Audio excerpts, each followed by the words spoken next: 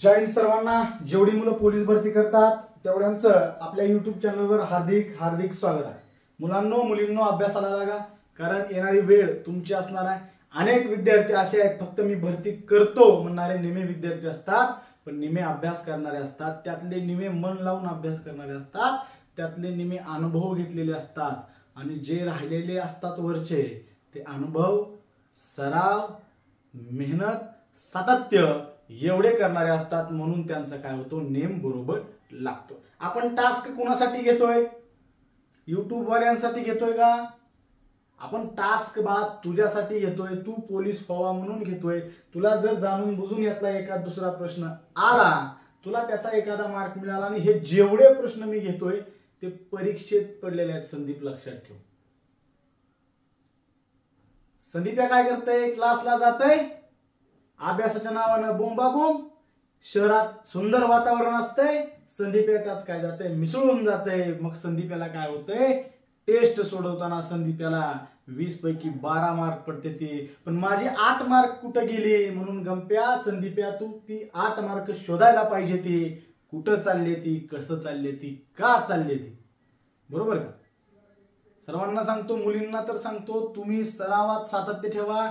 तुम्हाला तर एवढा चान्स असतो की विचारू नका। ग्राउंड प्लस लेखी भरपूर भरपूर म्हणजे मोठ्या प्रमाणात चान्स असतो, फक्त त्याच्यामध्ये सातत्य असलं पाहिजे। आपण भरती करतोय म्हणायचं, नुसतं करतोय, बरोबर? रिअल मध्ये काय बघा, आपण काय करतोय? टास्क नंबर 6 आहे आपला। जर तुम्हाला वाटलं की ही टास्क छान आहे तर काय करत जावा, आमच्यासाठी व्हिडिओ मित्राला शेअर करत जावा, सांगत जावा हे बघ म्हणून। एक गोष्ट तुम्हाला आवडला तर करा, बळजबरी नाही। तुम्हाला जर आवडला नाही तर काही हरकत नाही, काही हरकत नाही, पहा राहू। जर तुम्हाला वाटलं की सरांना थोडी मदत करू वाटते तर व्हिडिओ फक्त काय करायचं, शेअर करायचं आपल्या मित्रमैत्रिणींना। ओके, चला सुरुवात करू। बघा, एका पुस्तकाचा 3/5 भाग आणि 15 पाने वाचून 125 पाने वाचायची शिल्लक राहतात, तर पुस्तकाला पाने किती?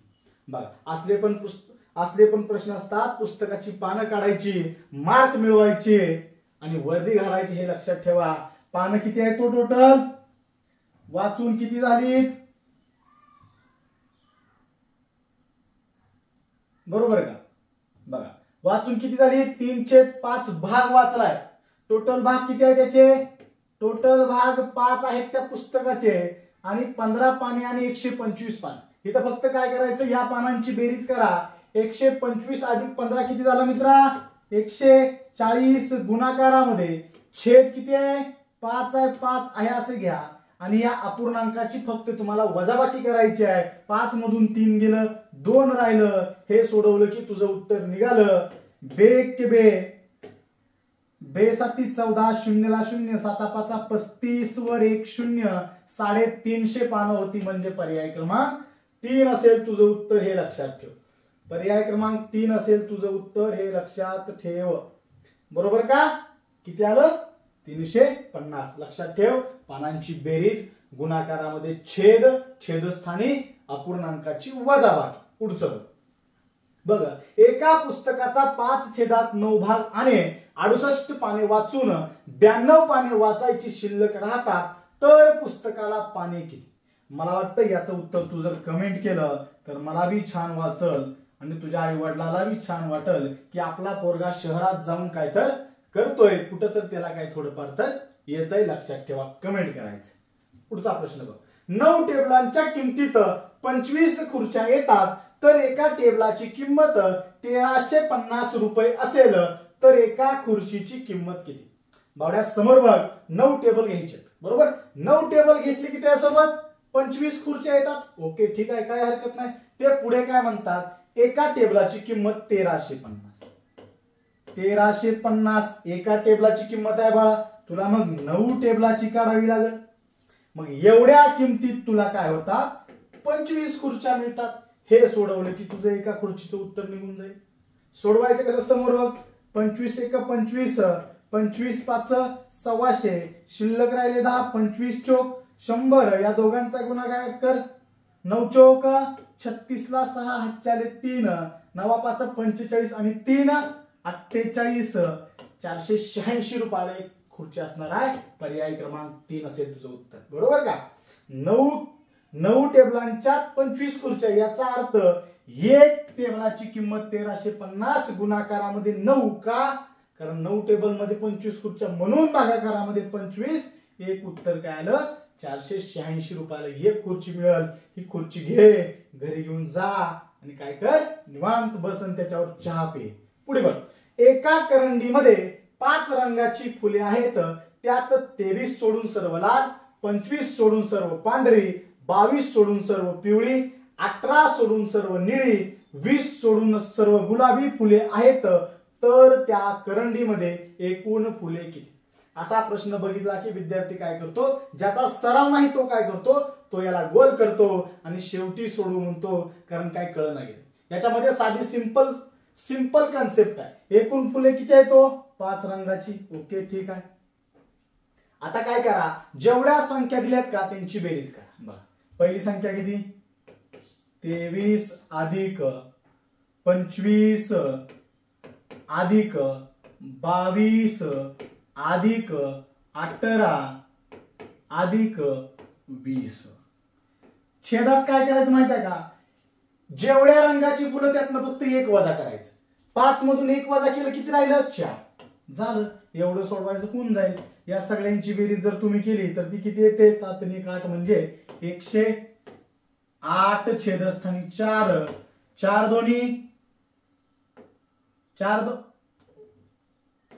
दोन्ही 8 शिल्लक राहिलं 2. 7 चोक 8 टोटल फुले म्हणजे एकूण किती फुले आहेत मित्रा? 27 आहेत. हे लक्षात ठेव. या सगळ्यांची बेरीज करायची संख्याची आणि जेवढी फुलं आहेत का त्याच्यातून फक्त एक वजा करायचं, तुमचं उत्तर निघून जाईल. 27 फुले असतील. समोर 9 पेन्सिली 13.50 रुपयाला येतात. तर 54 रुपयात किती डझन पेन्सिल येतील? याच्यावर फोकस करा. किती डझन पेन्सिल येतील? इथं तुला किती पेन्सिल विचारलंय का?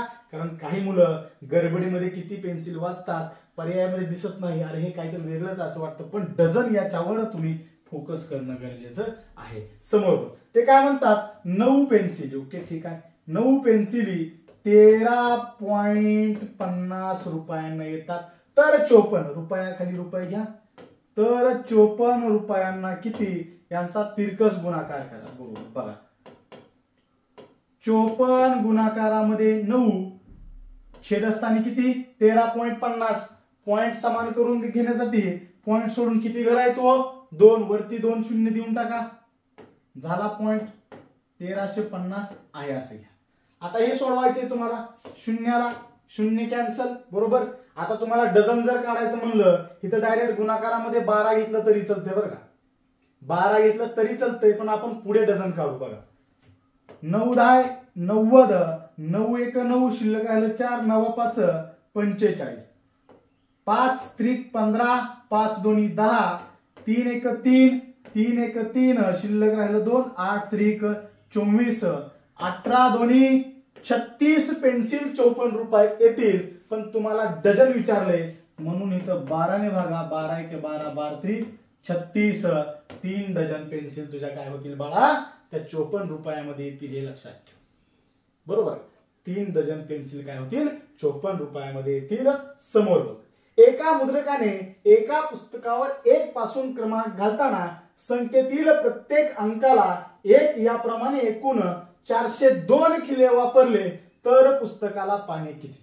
इतक्या दिवस आपण काय करायचं, ते आपल्याला पानं द्यायची आणि आपण सांगायचो की किती खिळे वापरावे लागतील किंवा किती अंक वापरावे लागतील. आता उलट केले आणि हा परीक्षेमध्ये पडलेला प्रश्न आहे. हा काय माझ्या मनाने घेतलेला नाही. त्यामुळे पुढे बघ किती पानं आहेत रे? 402 खिळे आहेत. मग तुला माहित आहे या 402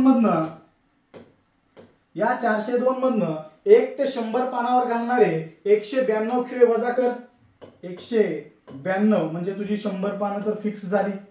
पहिली 100 पाने. ओके, ठीक आहे. आता पुढची स्टेप, 2 मधून 2 गेलं 0, 10 मधून 9 गेलं 1, 3 मधून 1 गेलं 2, 210 खिळे शिल्लक आहे.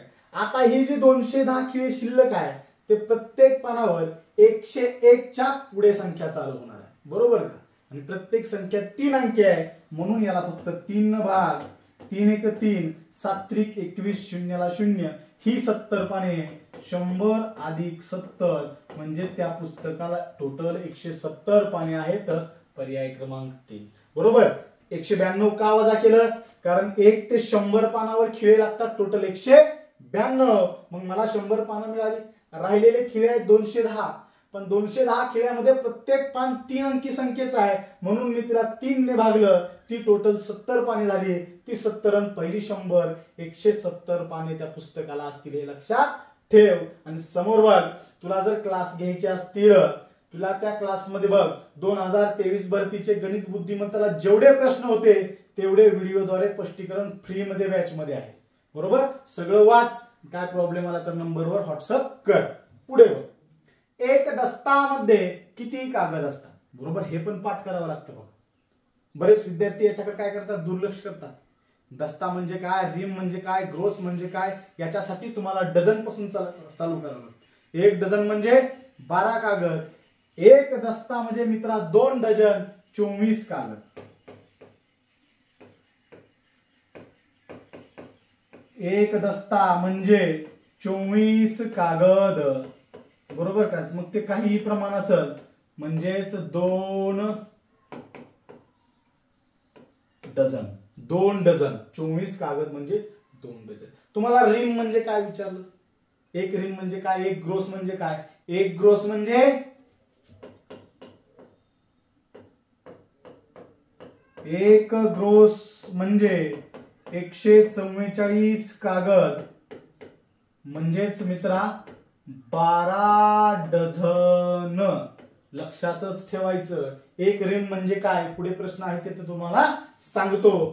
पुढे बघ, एका संख्येची 9 पट व 5 पटीतील फरक 96 आहे तर त्या संख्येचा 3/8 पट किती? अगदी सोपा आहे, साधं सोपं आहे, घ्यायचं नाही. एक तर लक्षात ठेवा, प्रश्न जर तुम्ही प्रत्येक प्रश्न 10 वेळेस सोडवला गणिताचा तर कमीत कमी 80% तर तो लक्षात राहतो. पण काय विद्यार्थी काय करतात, एकदा सोडवायचा, एकदा व्हिडिओ बघायचा, लिहून घ्यायचा नाही, वारंवार काय करत राहायचं, दुर्लक्ष करायचं. मग पोस्ट जायला काय लागतं, 1 मार्क कमी पडतो. पोस्ट जायला 100 मार्क लागत नाहीत. 1 मार्कांचं समीकरण ज्याला जमतं त्याला भरती जमते. एक लक्ष ठेवा, प्रत्येक विद्यार्थी जेवढा विद्यार्थी भरती करतो त्या प्रत्येक पोराला पुरीला 101% 60च्या पुढे मार्क पडतातच. राहिलेल्या 40 मार्कामधले 10-15 मार्क सगळ्या येत असतात. राहिलेले 20 मार्कामध्ये परीक्षा असते. त्याच्यामध्ये जर समजा 10 प्रश्न अवघड आले आणि त्या 10 प्रश्नामधले समज तुझं चुकून 2 गोल बरोबर आलं तरी पण पोस्ट येऊ शकते. कारण काही सांगता येत नाही, लक फॅक्टर कुठं काम करेल काही सांगता येत नाही. मला एका प्रश्नाचं उत्तर लिहायचंच नव्हतं पण मी लिहिलं बळच 3, बाहेर आलो, तो प्रश्न बरोबर आला आणि मी एका मार्कानं मेरिट मध्ये बसलो, तो प्रश्न तुमचा गुरु झाला. असंही होऊ शकते आणि झालेलं आहे. त्याच्यामुळं आणि पण ढगात गोळी मारायला पण नॉलेजच लागतं. लक्षात ठेवा, चारही पर्यायाचं ज्ञान असलं तर ढगात गोळी बसते. नाहीतर तुम्ही जर साधं सोपं आहे, जर प्रश्नपत्रिका घेतली आणि 100 मार्काचे उत्तर जर तुम्ही 1-1 लिहिली तरी भी तुम्हाला 31 मार्क पडतात. साधा आहे, सिंपल कन्सेप्ट आहे. 100 प्रश्नाचे उत्तर 1-1-1 लिहायचं, तुम्हाला 30 मार्क तर पडतीलच. जर तुम्हाला खोटं वाटत असेल तर एकदा करून बघा. बघा, एका संख्येची 9 पट व 5 पट. ओके ठीक आहे. 9x वजा 5x बरोबर किती आहे बाळा, 96. आणि त्याच संख्येची 3/8 पट. ओके ठीक आहे, 3/8 पट. कशाला डबल संख्या काढायचं, तिला 3/8 न गुणायचं. इथंच करून टाकू ना.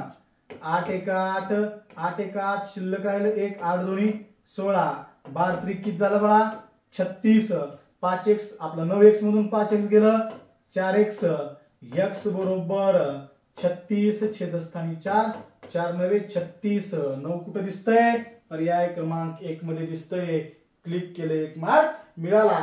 पुढे बघ, एका संख्येचा 1/3 भाग बरोबर 120 असेल तर त्या संख्येचा 2/9 भाग काढा. बरोबर, 1/3 भाग किती आहे बाळा, 1/3 भाग 120, 1 बरोबर 120 गुणाकारामध्ये 3, 12 36, 0 0, 360 ती संख्या आहे. तर त्याच संख्येचा 2/9 भाग किती हे काढायचे तुला. बरोबर 9 1 9, 9 चौक 36, 0 0, 40 गुणाकारामध्ये उरलेले 2, 40 दोन्ही 80 कुठे दिसतंय का तुला.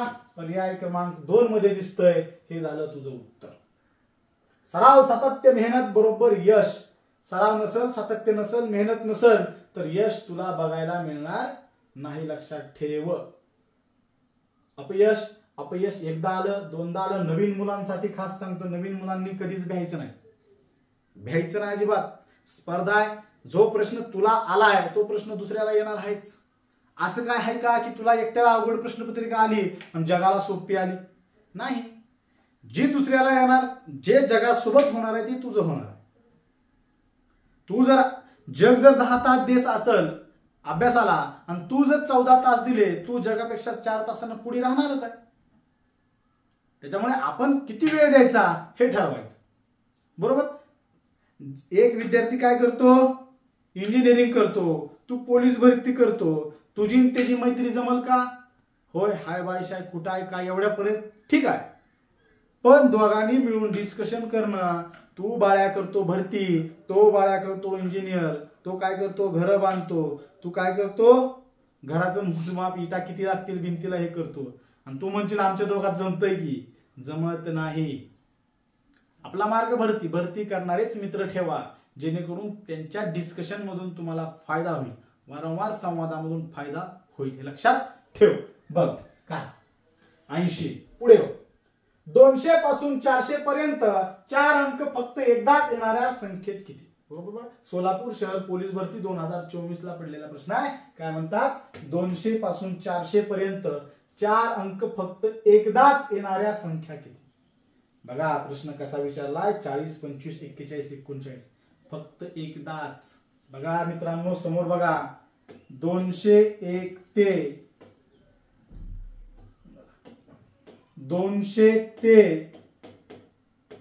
300 पर्यंत 4 हा अंक 20 वेळा येतो. समोर बघा मी काय म्हणतो, प्रश्न कन्फ्युजन आहे. हा प्रश्न सोपा वाटू देऊ नका. बघा 301 ते 400 पर्यंत 4 हा अंक 21 वेळा येतो. 21 वेळा, कारण 400 मध्ये 1 येतो त्यामुळे 21 वेळा येतो. आता इथं काय म्हणते बघा, 4 हा अंक फक्त एकदाच म्हणजे इथं 200 ते 300 मध्ये 244 धरायचा नाही. 300 ते 400 मध्ये 344 धरायचा नाही. मग किती मायनस झाले, 2 मायनस झाले. 20 आणि 21 41 वजा 2 बरोबर 39 वेळा येतो. पर्याय क्रमांक 4. हे कळणं गरजेचं आहे. पोराला हे कळणं गरजेचं आहे की प्रश्न काय सांगतो. एकदाच पोरग काय करते, किती वेळा करतंय, 20 आणि 21 41 पर्याय बघ 3 लिहिते. पण हा चुकीचा पर्याय आहे. ते म्हणतात फक्त एकदाच म्हणजे 244 344 धरायचं नाही. बाळा समजला असेल लाईक शेअर कर. समोर बघ 2400 कागद म्हणजे किती रीम. बघा 2 हा 1 रीम महत्वाचा आहे बरं का. हे 1 रीम बरोबर 480 कागद. 480 कागद म्हणजे मित्रा किती, 40 डझन. बाळा किती रे बाळा, 40 डझन. मग 2400 कागद छेदस्थानी किती रीम म्हणून 480 न गुणा. शून्याला शून्य कॅन्सल. 24 1 24 24 दोन्ही 48 शून्याला शून्य. बेक बे बे पंचे 10. बाळ्या किती रीम आल्या, 5 रीम आल्या. हे लक्षात ठेव. किती रीम आल्या बाळ्या, 5 रीम आल्या. आणि पर्याय क्रमांक 4 तुझं उत्तर असेल. 1 रीम बरोबर 480 कागद म्हणजे 40 डझन. इथं तुला डझन किती पण विचारू शकतात. बरोबर, ते पण तुला काढता आलं पाहिजे. पुढे बघ, एका संख्येचा पाव भागाची तिप्पट बरोबर 72 तर ती संख्या कोणती. बघा तिप्पट किती आहे हो, 72 भागाकारामध्ये 3. उत्तर काय 24. एका संख्येच्या पाव भागाची म्हणजे 24 हा किती भाग झाला रे? पाव भाग झाला म्हणजे 1 भाग झाला. तर 4 भाग किती झाले त्या संख्येचे? गुणाकारामध्ये 4 24 चोक 96. ती संख्या काय झाली मित्रा? 96. तर ती तिप्पट संख्या कोणती? बरोबर. तर ती तिप्पट संख्या कोणती? तर ती संख्या आहे 96. हे लक्षात ठेव. नाहीतर पुढे काय करतात, या प्रश्नामध्ये 96 ची तिप्पट करायला जातात. अति हुशार अति शहाणे, बरोबर, आर्यभट्ट तिप्पट करायला जातात, पण इथं चलत नाही. तर ती तिप्पट संख्या कोणती असं विचारलंय. म्हणून मित्रा 96 ला थांब, 1 मार्क मिळेल. पुढे बघा, संख्यांच्या बाबतीत पुढील विधानाचे अवलोकन करा. म्हणजे संख्यांच्या बाबतीत जर तुझं संख्या चॅप्टर क्लिअर असेल, तुला संख्या चॅप्टर माहित असेल, तर तुला ह्याचं उत्तर मिळणार. तुला संख्या चॅप्टरची कन्सेप्टच माहित नसेल तर बाळ्या संदीप्या तुला याचं उत्तर निघणार नाही. तू अजून पुढच्या वर्षी फॉर्म भरायला 1000-1200 रुपये घालवणार, हे लक्षात ठेव. उत्तर बघ. पहिला काय म्हणतंय? सर्वात लहान पूर्ण संख्या 0 आहे. 0 ही नैसर्गिक संख्या नाही. 1 ही सर्वात लहान मूळ संख्या आहे. 1 ही संयुक्त संख्या नाही. सर्वात लहान संयुक्त संख्या 3 आहे. यातील योग्य पर्याय निवडा. पर्याय 4 दिलेत, तुला यातले योग्य निवडायचं. बरोबर. पहिलं सर्वात लहान पूर्ण संख्या 0 आहे. तुला पूर्ण संख्या माहित असल्या तर हे जमत. अगदी बरोबर आहे. सर्वात लहान पूर्ण संख्या 0 आहे. पुढचं 0 ही नैसर्गिक संख्या नाही. 0 ही पूर्ण संख्या आहे, ती नैसर्गिक संख्यामध्ये येत नाही, कारण नैसर्गिक संख्यांची सुरुवात 1 पासून होते. मग हे पण विधान बरोबर आहे, कारण 0 ही संख्या नैसर्गिक संख्या नाही. अगदी बरोबर आहे. पुढे बघ, 1 ही सर्वात लहान मूळ संख्या आहे का? नाही, कारण सर्वात लहान मूळ संख्या कोणती आहे? 2 आहे. 1 ही संयुक्त संख्या नाही. अगदी बरोबर आहे. 1 ही संयुक्त संख्या, 1 ही संख्या संयुक्त नाही, मूळही नाही. मग हे देखील बरोबर आहे. पुढे काय म्हणते? सर्वात लहान संयुक्त संख्या 3 आहे का? 3 ही तर मूळ संख्या आहे, तुम्हाला संयुक्त संख्या नाही. मग हे देखील काय आहे? चूक आहे. सर्वात लहान संयुक्त संख्या कोणती? बाळा तू कमेंट मध्ये मला सांग बरं, बघू तुझं बी किती संख्या प्रकरणावर प्रभुत्व आहे. मग बघ, 1 2 4 बरोबर कुठं आहे? 1 2 4 पहिला पर्याय आहे तुझा. 1 2 4 बरोबर, पहिल्याच पर्याय तुझं उत्तर निघाल, कारण खालील पैकी योग्य पर्याय निवडायचा. योग्य बरोबर कुठला? बरोबर. पुढचा पर्याय प्रश्न, एका संख्येच्या 5/7 मध्ये 5 मिळवले असता 40 येते, तर ती संख्या कोणती? बरोबर. बघा, एका संख्येच्या 5/7 मध्ये 5 मिळवले असता 40 येते. बघा, 5x अधिक 7 35 बरोबर 7 चोक 28 शून्याला 0. सोडवलं. मग बघ, 5x बरोबर अधिक आहे, वजा करा. 280 मधून 35 गेलं, 245 शिल्लक राहील. बरोबर. आता 5x ने भागा. x बरोबर 245 छेदस्थानी 5, 5 1 5, 5 चोक 20, 5 9 45, 49 असेल ती संख्या, हे लक्षात ठेव. बरोबर. एका संख्येच्या 5/7 मध्ये 5 मिळवले असता 40 येते. 5/7 भाग काढा, होऊन जाईल. बरोबर. 7 5 35 मध्ये 5 मिळवलं 40 झालं. पुढचा प्रश्न इथं संपलेला आहे, हे लक्षात ठेव. जेवढं जमतंय तेवढं कर, जे जमत नाही त्याचा सराव जास्त कर. स्पर्धा भरपूर आहे. गंप्या संदीप्या लक्षात ठेव. ताई तू पण अभ्यास कर. जय हिंद.